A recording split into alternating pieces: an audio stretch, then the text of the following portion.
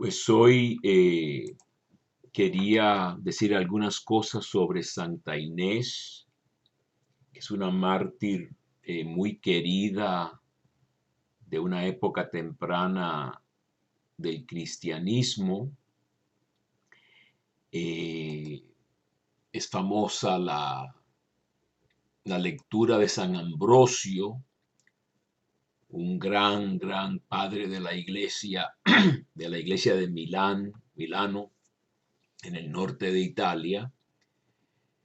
Y en el día de hoy de Santa Inés, en el oficio de lecturas que se recita en la liturgia de las horas, pues se suele leer este trozo del tratado de San Ambrosio, que fue el que tuvo que ver con la conversión de San Agustín. Estamos hablando de grandes figuras de la iglesia.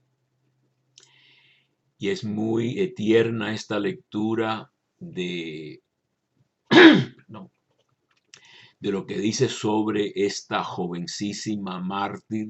Dicen que tenía como 13 años, que celebramos hoy porque murió un día como hoy, el 21 de enero del año 304. Así que menos de 300 años después de la muerte de Jesús.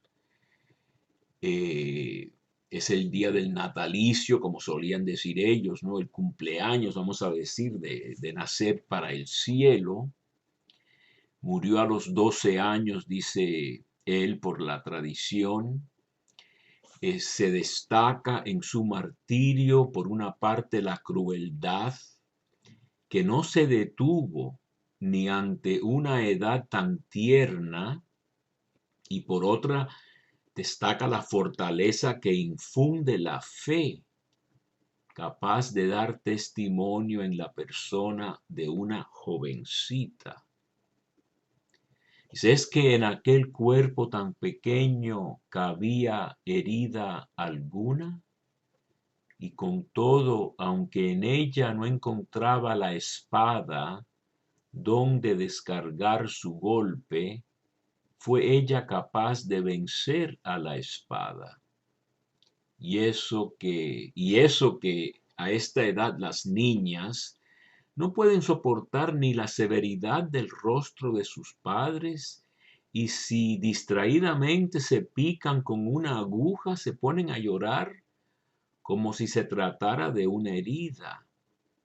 Pero ella, impávida entre las sangrientas manos del verdugo, inalterable al ser arrastrada por pesadas y chirriantes cadenas, ofrece todo su cuerpo a la espada del enfurecido soldado, ignorante aún de lo que es la muerte, pero dispuesta a sufrirla al ser arrastrada por la fuerza al altar idolátrico. Entre las llamas tendía hacia Dios sus manos, hacia Cristo sus manos, y así en medio de la sacrílega hoguera significaba con esta posición el estandarte triunfal de la victoria del Señor, ¿no? Llega a decir si eso es una nueva clase de martirio, ¿no? De una niña tan jovencita, ¿verdad? Dice que todos lloraban menos ella, eh, y entonces fue, según la tradición, degollada. Ustedes saben que Inés, Inés en griego quiere decir pura, y entonces también el día se bendicen ovejas, corderos, cuya lana la usan para los palios de los obispos y ese tipo de cosas, ¿no?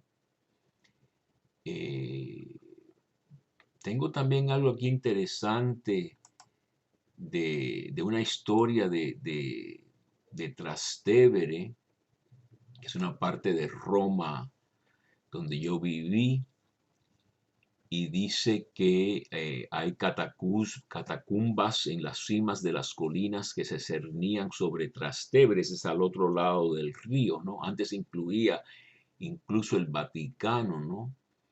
Entonces dice que los romanos eran devotos de Santa Inés, esa joven santa romana, y que se ha descubierto en la catacumba de Comodilla una pintura donde está representada al lado del cordero que alude a su nombre, ¿no? Los romanos tenían tanta devoción por esta santa, se refiere a una basílica en Vía Nomentana, donde yo he estado, y dice que Inés fue una de esas criaturas que salvaron a la iglesia de Roma en un momento trágico. Esto es muy relevante porque en esta época de mediados, comenzando mediados del siglo III, por el año 250, el emperador Decio, que fue el que causó el martirio de San Emilio, y su compañero San Casto, ofrecía a los cristianos la capacidad de comprar un librito, como un permiso, un ticket, vamos a decir, un billete, diciendo que habían sacrificado a los dioses sin haberlo hecho. Así que les ponía en una situación, podían salvarse si pretendían haber sacrificado a los dioses abandonando la fe cristiana. Así que un poco ambos mundos, ¿no? Pueden seguir con la conciencia más o menos limpia de que no sacrificaron, pero por otro lado se salvaron la vida eh, comprando estos libretos, ¿no?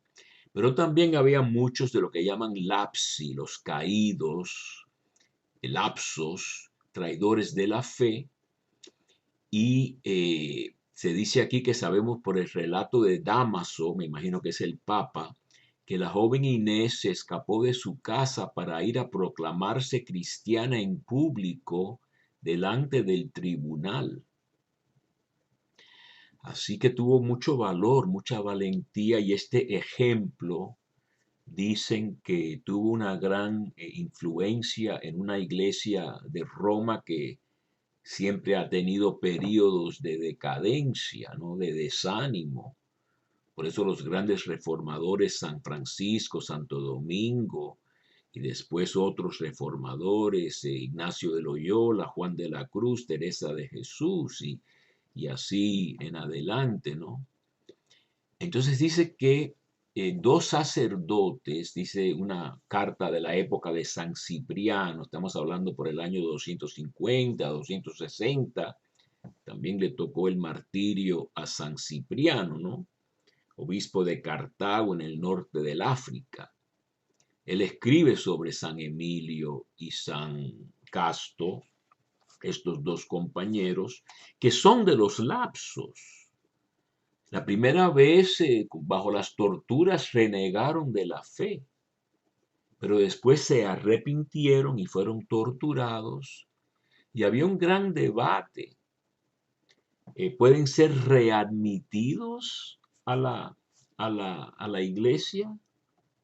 Ustedes quizás recuerden que creo que fue ayer hablando del capítulo 5 de los Hebreos, de la carta a los Hebreos, dicen que es imposible que los que ya se han vuelto cristianos y han gustado del Espíritu Santo y saborean las buenas nuevas de Dios, etcétera, y a pesar de todo cayeron, es casi como decir, lapsaron, ¿no? Esto lo tenía yo puesto incluso ayer, aquí los que vean esto en video, dice que es imposible que sean rehabilitados, vamos a decir, porque crucifican por su parte de nuevo al Hijo de Dios y le exponen a pública infamia. Así que sí que es imposible que se renueven otra vez mediante la penitencia. Es que en la iglesia primitiva, ciertos pecados, la apostasía, dejar la fe, renegar de la fe, el asesinato y el adulterio, parece que no se podían perdonar. Después llega otra etapa en que sí les dan la oportunidad de una amnistía, vamos a decir, un perdón. Y después finalmente pues tenemos la confesión y repetimos muchas veces la penitencia y nos arrepentimos muchas veces de muchos pecados, quizás no tan serios como esos, ¿verdad? Hay otros pecados reservados al Papa, etcétera, y también hay perdón para esos, ¿no? Pero de todos modos, eh, esta santa, pues, supuestamente dice aquí que estos dos sacerdotes estaban al pie en la entrada del Campidolio, que es la capital de Roma, el edificio, una colina muy interesante en Roma, donde está la alcaldía de la ciudad de Roma. Dice que ahí subían los lapsis, los caídos, los lapsos, para ir a quemar el incienso y recibir el pequeño documento que testimoniaba la satisfacción de esta obligación impuesta. Así que aquí está explicando quizá más correctamente de lo que dije yo, que sí tenían que por lo menos ofrecer incienso, ¿no? Y dice que estos dos sacerdotes se echaban a los pies de los cristianos que subían, suplicándoles que no fueran de no cometer ese pecado.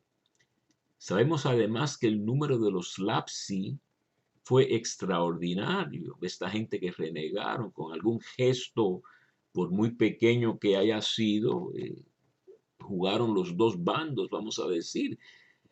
La mayoría de nosotros quizá consideraríamos una escapatoria de alguna situación difícil, pero si renegamos de la fe, pues nos vendemos a nosotros mismos y vendemos nuestra alma, ¿no? Las consecuencias de traicionar quienes somos.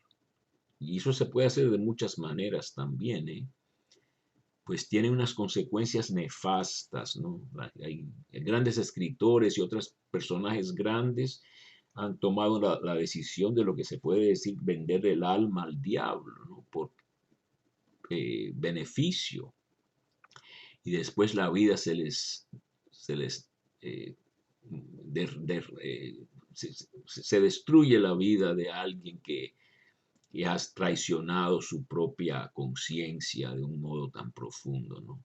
Entonces dicen que esta muchachita de 12 o 13 años testimoniaba su fe con valentía y podemos imaginarnos qué significaba para todos su débil voz que ululaba: no, yo soy cristiana.